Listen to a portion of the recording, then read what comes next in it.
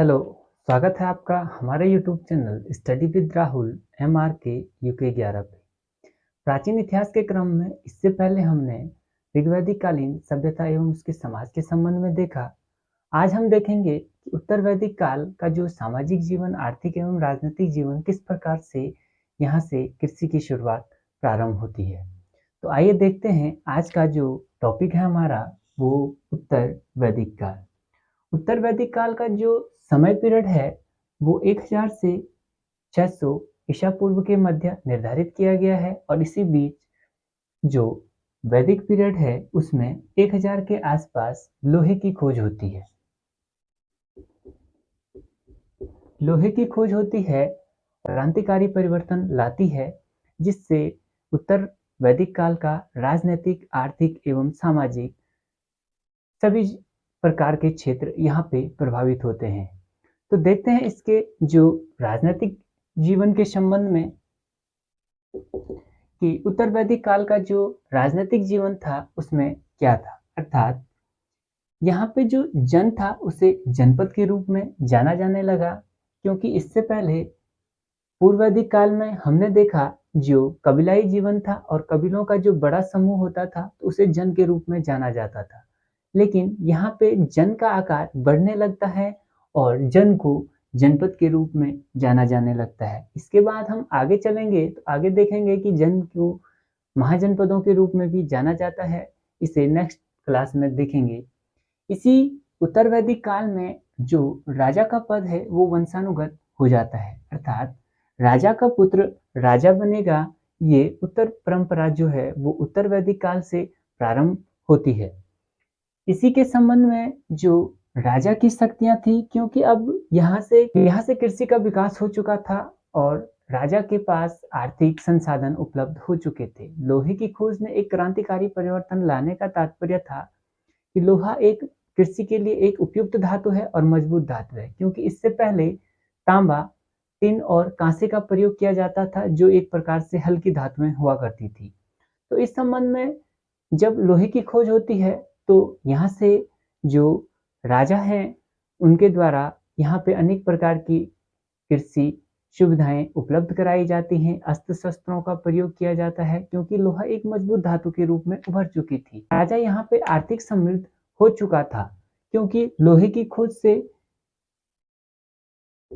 कृषि होती है और कृषि की उत्पादकता अधिक होती है। कृषि में दो चीजें यहाँ पे हम थोड़ा ध्यान देखेंगे कि कृषि में दो चीजें होती है। एक कृषि आपका जीवन निर्वाह कृषि होती है, केवल उतना ही उत्पादन किया जाता है जितना भोजन की आवश्यकता होती है। लेकिन दूसरा एक अधिशेष कृषि होती है। अधिशेष कृषि का तात्पर्य होता है आपकी आवश्यकता के पश्चात यानी आवश्यकता की पूर्ति के बाद जो आपके पास उत्पादन बच जाता है उसे शेष कहा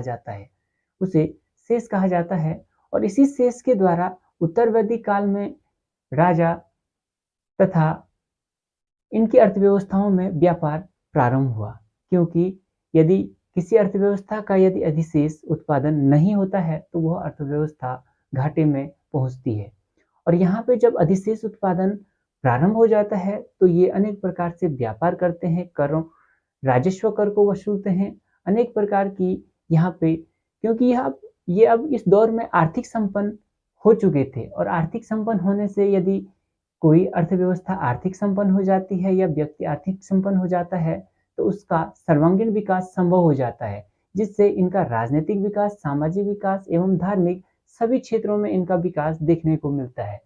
इसी क्रम में राजा की शक्ति में वृद्धि होना प्रारंभ हो गया और जो सभा, समिति, विदत और गण जैसी जो संस्थाएं थी इनका उत्तर वैदिक काल में महत्व कम हो जाता है। यहाँ से भी क्वेश्चन बनता है कि राजा का जो पद था वो वंशानुगत हुआ इस काल में, ऋग्वैदिक काल में, पूर्व वैदिक काल में, उत्तर वैदिक काल में। तो इस प्रकार से भी यहाँ क्वेश्चन बनता है।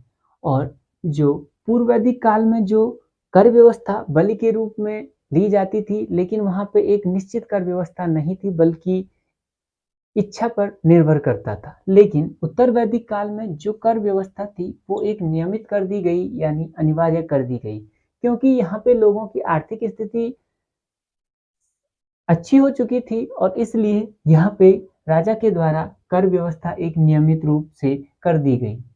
जो उत्तर वैदिक काल का जो सामाजिक जीवन है, सामाजिक जीवन के संबंध में देखेंगे तो हमने देखा पूर्व वैदिक काल में भी जो समाज की सबसे छोटी इकाई थी परिवार के रूप में, यानी जिसे कुल के रूप में भी जाना जाता था। उसके बाद इसे ग्राम, ग्राम को विश्व में, विश्व को जन में और जन को जनपद के रूप में बांटा गया था। इस प्रकार से यहाँ पे जो सामाजिक प्रशासन था इतने भागों में बांटा गया था। वर्तमान समय में हमारे पास अगर देखा जाए तो ग्राम विद्यमान है और विश्व जो था वो एक ब्लॉक स्तर के समान था और जो आपका जन था उसे तहसील स्तर के रूप में जाना जा सकता है वर्तमान समय में। और जो जनपद था इसे राष्ट्र के रूप में, उस टाइम यहाँ पे राष्ट्र की अवधारणा भी सामने आ चुकी थी।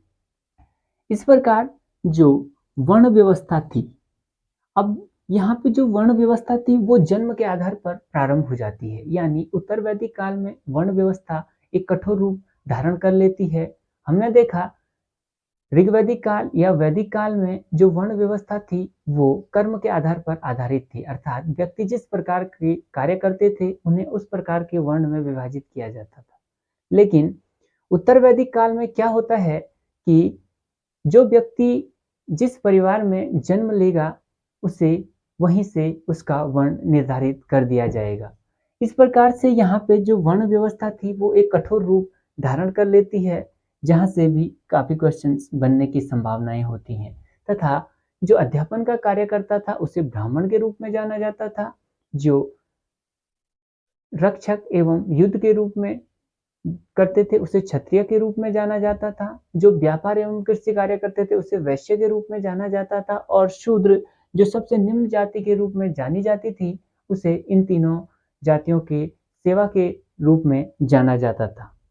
इसी प्रकार जो उत्तर वैदिक काल है वहां पे आपका सर्वप्रथम गोत्र शब्द की उत्पत्ति होती है, जिसे वर्तमान समय में गोत्र के रूप में जाना जाता है। इस शब्द की जो उत्पत्ति होती है वो आपका उत्तर वैदिक काल में होती है। और गोत्र शब्द का तात्पर्य होता है एक ही रक्त वर्ग वाले लोग, अर्थात जो उत्तर वैदिक काल था गोत्र का तात्पर्य अर्थात गाय से था, अर्थात गाय यानी एक ही प्रकार यानी एक ही समूह की गायों को एक बाड़े में इकट्ठा किया जाता था उस टाइम के लिए, इसलिए उस टाइम गोत्र शब्द का प्रयोग किया जाता था गायों के लिए। इस प्रकार उत्तर वैदिक काल में एक नई आश्रम व्यवस्था देखने को मिलती है जो मनुष्य के जीवन के, जिसमें 4 आश्रम बताए गए हैं, जिसमें आपका सबसे पहला ब्रह्मचर्य, दूसरा आपका गृहस्थ जीवन, तीसरा वानप्रस्थ जीवन और चौथा संन्यास जीवन। अर्थात जो ब्रह्मचर्य जीवन था वो 0 से 25 वर्ष की आयु का जीवन था, जिसमें शिक्षा प्राप्त करना एवं सीखने का उद्देश्य रखा गया था। गृहस्थ जीवन में व्यक्ति अपने पारिवारिक जीवन को आगे बढ़ाता था और वानप्रस्थ जीवन में व्यक्ति पारिवारिक जीवन को छोड़कर जो ब्रह्मचर्य वाले हैं उन्हें शिक्षा प्रदान करना, और संन्यास की जो जीवन था वो 75 से 25 वर्ष के क्रम में विभाजित किया गया था, जिसमें संपूर्ण रूप से जो भक्तिमय होकर एवं धार्मिक कार्यों में संलग्न होना था। इस प्रकार से इसे जीवन के 4 आश्रमों के रूप में विभाजित किया गया था। इसी के संबंध में जो उत्तर वैदिक काल था यहाँ पे दासों की स्थिति काफी अच्छी देखने को मिलती है, लेकिन स्त्रियों एवं शूद्रों की स्थिति में यहाँ पे गिरावट देखने को मिलती है। इनकी स्थिति यहाँ पे काफी दयनीय हो जाती है, क्योंकि जो ऐत्रेय ब्राह्मण ग्रंथ है उसमें पुत्री समस्त दुखों के कारण के रूप में दिखाया गया है, जो महिलाओं की एक दयनीय स्थिति को दर्शाता है। इस संबंध में जो स्त्री एवं शूद्रों के उपनयन संस्कार को यहाँ पे इस काल में प्रतिबद्ध कर दिया जाता है, यानी जो उपनयन संस्कार का तात्पर्य है शिक्षा का जो अधिकार था वो शूद्रों एवं स्त्रियों को यहाँ पर प्रतिबद्ध कर दिया जाता है। इसी प्रकार स्त्रियों एवं शूद्रों को एक समान समझा जाता था, और इस काल में विदुषी यानी विदेशी महिलाओं के भी साक्ष्य यहाँ से मिलते हैं, जिसमें मैत्रिणी, गार्गी एवं कात्यायनी के रूप में जानी जाती है।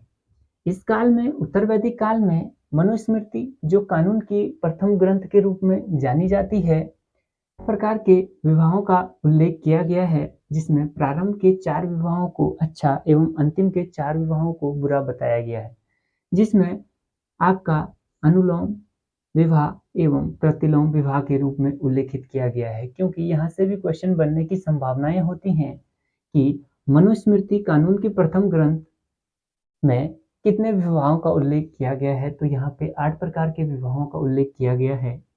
इसके बाद उत्तर वैदिक काल की जो आर्थिक जीवन था, आर्थिक जीवन के संबंध में मैं आपको बता चुका हूँ कि यहाँ पे कृषि की खोज हो चुकी थी और कृषि अपने व्यापक स्तर पर पहुंच चुकी थी, और व्यापक स्तर पर पहुंचने का तात्पर्य यानी इस काल का जो मुख्य व्यवसाय था वो कृषि था, और दूसरा जो व्यवसाय था वो पशुपालन के रूप में जाना जाता था। कंठक संहिता में 24 बैलों वाले हल का उल्लेख मिलता है, जो यहाँ पे कृषि की महत्व को दर्शाता है कि इस काल में कृषि कितना व्यापक रूप कितने जो इस काल में जो कृषि की अधिकता को दर्शाता है।